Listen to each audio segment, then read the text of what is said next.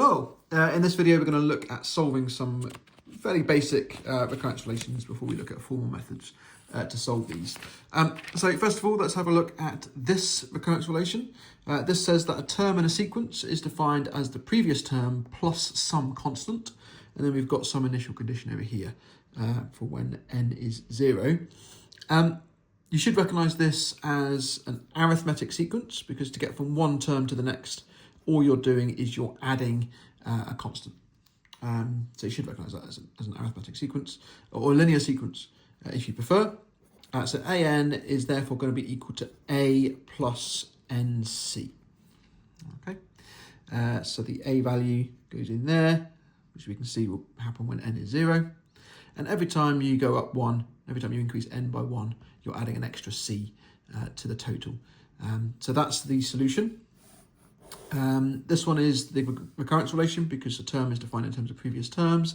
This is the solution because the term is defined in terms of n only. Okay, so let's see that in an example. Nice and straightforward. The next term of the sequence is the previous term plus 3, and the 0th term is 4. So the sequence is 4, and then 7, and then 10, and then 13, etc. Just be careful though, this is not the first term, this is the 0th term, as denoted here by the subscript 0. So the first term is 7. So just be careful with your subscripts and your definitions and things. We want the output to be a0 equals 4. So the solution is going to be an equals 4 plus 3n. Okay, so that when n is 0, we get 4. Okay, that's it. Simple as that. The second one, the next term of the sequence is defined as the previous term multiplied by some constant. And again, we're given some 0th condition, initial condition. You should recognise this one as a geometric sequence because you're multiplying one term by a constant to get to the next one. So the general solution for that is going to be bn is equal to b times k to the n. So when n is 0, we'll return b. When n is 1, we'll get bk. When n is 2, we'll get bk squared, etc. Again, just being careful with our subscript definitions. Slightly different to A level,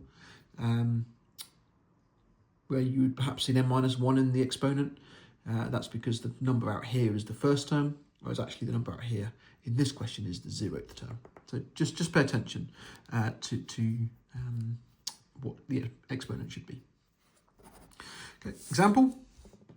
We're going to solve this recurrence relation. We've got the 0th term and we've got the relation itself. So the 0th term is 8. To get to the next term, we're going to times it by 2.5. So that'll be 20. Times by 2.5 again, we'll get 50. Times by 2.5 again, we'll get 125, etc., etc., etc. Okay, so that's the sequence. And the general nth term then is going to be bn is going to be 8 times 5 halves to the n. And again, there's no n minus 1 for the same reason. We've got the 0th term here, not the first term. If we were given the first term, then yes, n minus 1. If we were given the 5th term, then n minus 5. Okay, that would work. All right. Yeah, that's it. Okay, and then taking these two and combining them together, i.e. the next term of the sequence is defined as a multiple of the previous term plus a constant, and you're given the 0th term, then it kind of has a geometric piece and an arithmetic piece, but because they're both working together, this is actually neither arithmetic nor geometric. It's its own type of sequence. As for solving this recurrence relation, we're actually going to come to that in a video a bit later on, maybe 5 or 6 videos time. For this video, we're just going to say, okay, if you're given this situation, so a term is a multiple of the previous term plus c, then the nth term solution is this thing. Okay, and that's true when k does not equal 1. When k equals 1, we return an arithmetic sequence anyway, so it's not applicable. But when k equals 1, we notice we're going to get a divide by 0 situation here. So this formula won't actually work when k is 1, but that's fine because we wouldn't want it to. to get from here to here, we will show that in a future video. But for now, we're just going to be stating that and using that. All right, so example number 3 fits that. The term in a sequence is a multiple of the previous term plus a constant, and we've got A0 is 1. So we're just going to plug it straight into the formula. So the formula is here. So that's what we're given, and that's the result. So we just need to read off what the values are. So in this case, K is 2, because that's the coefficient of AN minus 1. C is 10, because that's the constant we are adding at the end. And A is 1, because that's the first term. Okay, well, the 0th term, I should say, sorry. 0th term. So take those 3 numbers and plug them into the solution formula to gain our answer. So therefore, the solution to the problem is AN is going to be equal to A, which is 1, times 2 to the n, plus C, which is 10, times K to the n, which is 2 to the n, minus 1, all divided by 2 minus 1. Okay. We can definitely tidy that up. So the denominator there is the number 1. So we've got 2 to the n plus 10 2 to the n, that's 11 2 to the n's. And then I've also got a minus 10. Okay, and that's the answer. All right, 11 times 2 to the n minus 10. So that's the particular solution which satisfies the recurrence relation and the condition. All right, and one final, more wordy example of that same thing. This has got application. So we're looking at a bank balance, a bank account for this one. We're going to have a bank account that pays interest every month at 5.7% APR. And there's also going to be a quantity of money invested every month into the account as well. Okay, so those two features combined, the percentage interest rate and the fixed amount added to the account, are going to give us that combination of a geometric and arithmetic sequence, which gives us neither geometric nor arithmetic. So first question, it invests, the bank pays interest at 5.7% APR, that's an annual percentage rate, but it pays it on a monthly basis. So if you've invested £1,000 into an account, then at the end of the year, you would have had £57 paid in interest. But it's not quite as simple as 57 divided by 12 each month, because the interest is paid on the interest. Okay, so it's compound interest. So you don't just divide that by 12. We need to do something a little bit more fancy. So we're going to find the monthly percentage rate to 3 significance figures for this case. So we're going to have 1 plus the percentage rate of each month to the power 12. We want that to equal the percentage rate of the year, which is 1.057. Okay, so we're going to solve this equation. This is the monthly percentage interest rate, and this is how much it's going to be paid over the year, but the monthly rate is paid 12 times, so that's why it's to the power 12. Okay, if we solve that equation, where's my calculator gone? Okay, first step, we are going to find the 12th root of 1.057. Okay, so that's that thing. And then we're going to subtract 1 from it to get the value of r. Okay, so r is that. So r is going to be equal to the 12th root of 1.057, subtract 1, which is 0.004630 blah, blah, blah. And that's going to come out to be monthly percentage rate, that's 0.463%. Okay, so that's how much interest is paid every month. And as I said, that's not quite as simple as just dividing it by 12, because that would be 0.8. Sorry, that would be 0.057 divided by 12. Yeah, so that'd be 0.475%, so slightly bigger interest rate. Okay, but that's because the interest is paid on the interest month by month. Okay, it turns to pi. Part B. Okay, let MN be the amount of money in the account at the beginning of month N. £1,000 is invested into the account at the beginning of month 1. So that is essentially saying that A1 is equal to 1,000. Because MN is the amount of money in the account at the beginning of month N. And we have £1,000 in the account at the beginning of month 1. So that tells us that A1 is 1,000. So that gives us our condition. At the end of each month, interest is paid into the account and an additional £500 is added. State MN as a recurrence relation. Okay, so let's think about what's going to happen at the end of month 1.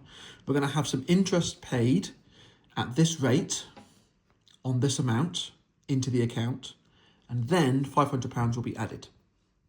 There'll be no interest paid on the £500 for month 1. That would roll into month 2. So just to break it down a little bit, I'm going to say M2 is going to be equal to the £1,000, that's in month 1, plus the 0.00463% of the £1,000 that's in there, so that's the interest that's been added, plus the £500 that the person who owns the account has paid in at the end of month 1. So if I come to calculate that, I'm going to get £1,000 times 1.00463, and I'm going to use it to 3 decimal places because that's what the question asked us to do in part A, and then plus 500. Okay, so we can see the £4.63 has gone in for the interest, and then the extra £500 has been added to the account as well. Okay, so month 2 is this, and that's going to come to £1,504.63. Now, in general, I'm going to state MN as a recurrence relation. We can say, well, MN is going to be the previous month value. So that's MN minus 1 times 1.00463. Okay, so that's the previous month plus the interest on the previous month. Okay, just combine those two pieces together into that. And then I'm going to add £500 as well, because that's what's paid in each month. So that's the recurrence relation, plus the initial condition, which should be stated, which is M1 was 1,000, because we had £1,000 at the beginning of month 1. Okay, that's it for part B. So that's the recurrence relation there. Okay. All right, part C. Using Mn is equal to M1k to the n minus 1 plus c times k to the n minus 1 over k minus 1. So that's the same formula as we had, except we've got an initial condition of 1 rather than 0. So that's why it's n minus 1s, if you spotted that difference. As a solution to this thing, state Mn in terms of n. Okay, so what we're going to do is we're going to take our recurrence relation here, which we wrote in part B, and we're going to use that to state the answer for part C. Right. So let's read off the values. So M1 is the amount in month 1, which is £1,000. K, that's the multiplier down here. So that is this number here. So that's going to be 1.00463. C, that's the number that's sticking out on the end. Okay, plus C. So in this case, that's going to be 500. And N is your variable, so that stays as N. And then K appears again there and there. So that will be the same in those 2 points as well. So it's just a formula plugging exercise for this answer. So we can say that MN, the amount of money at the beginning of month N, is going to be equal to 1.00463 to the power n minus 1 times 1,000.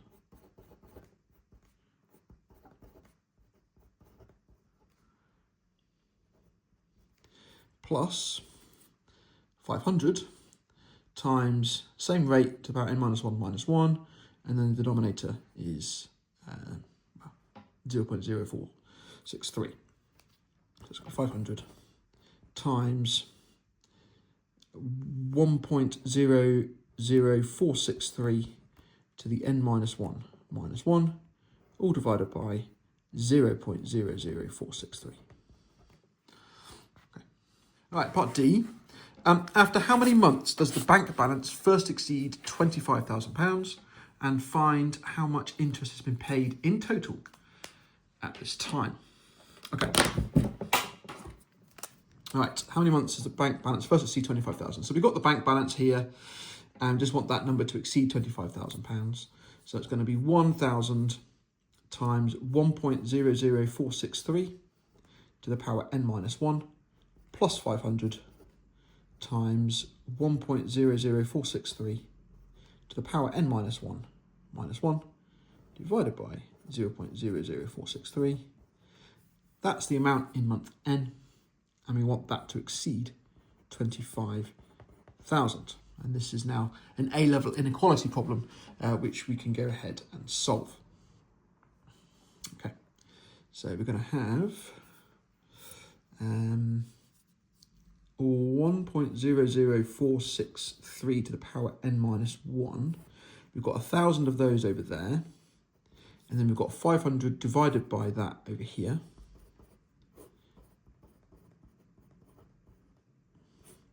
And we want that to be greater than the 25,000. And then we've got this constant here as well. So it's going to be plus 500 divided by that. 0.00463. Okay. Divide by this thing, log both sides. And you can just use that the log doesn't change the inequality for this question because the base is bigger than 1.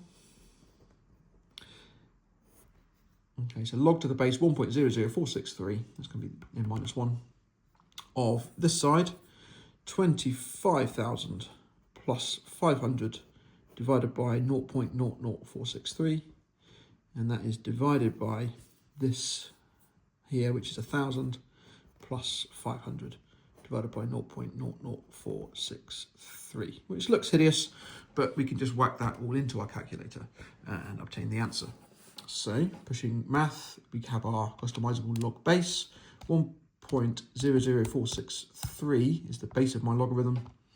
And then in the numerator, I've got 25,000 plus 500 over 0.00463. And in denominator, I've got 1,000 plus 500 divided by 0.00463. And that gives me 43.08. Okay, now n has to be an integer, which means the minimum value of n is 45. So minimum value of n is 45. So at the beginning of month 45, that is the first time the bank's balance exceeds £25,000. So almost 4 years later. And the question also asks us how much has been paid in interest in total during this time. So to answer that, what I'm going to do is I'm going to calculate M45, so how much is in the beginning of month 45, which is plugging it into here.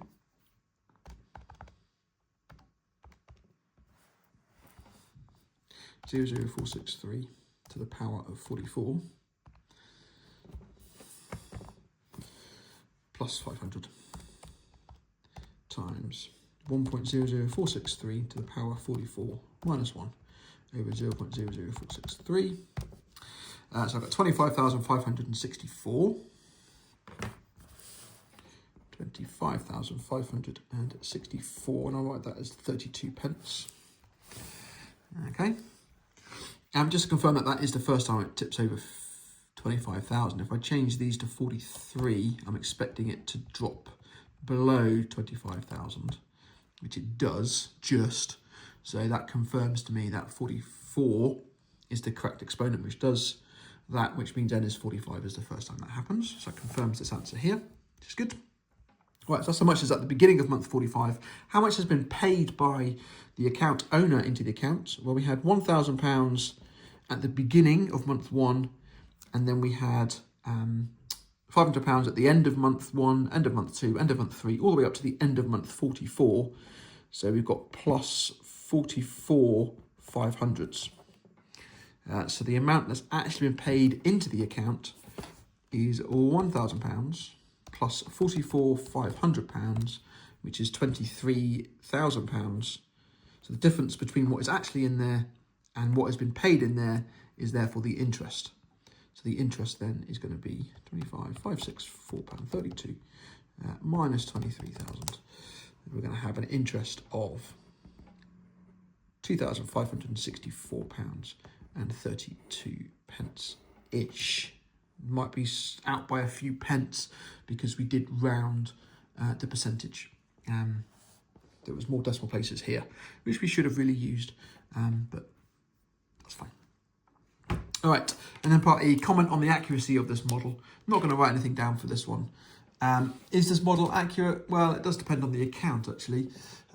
You could argue that no, it's not very realistic because interest rates change from year to year. So is it realistic to have the same interest rate 45 months after the account's opened? Is the customer likely to pay £500 in every month for almost 4 years? Maybe not. On the flip side of it, you can get bank accounts which have fixed interest rates. So if you find one that's got a 5-year fixed interest rate and you do consistently pay in that same amount every month, then this would be very, very accurate. So you could argue either way for this one. But as long as you understand the process behind all of this and how we've solved this problem, then that's really what I wanted to get across in this video.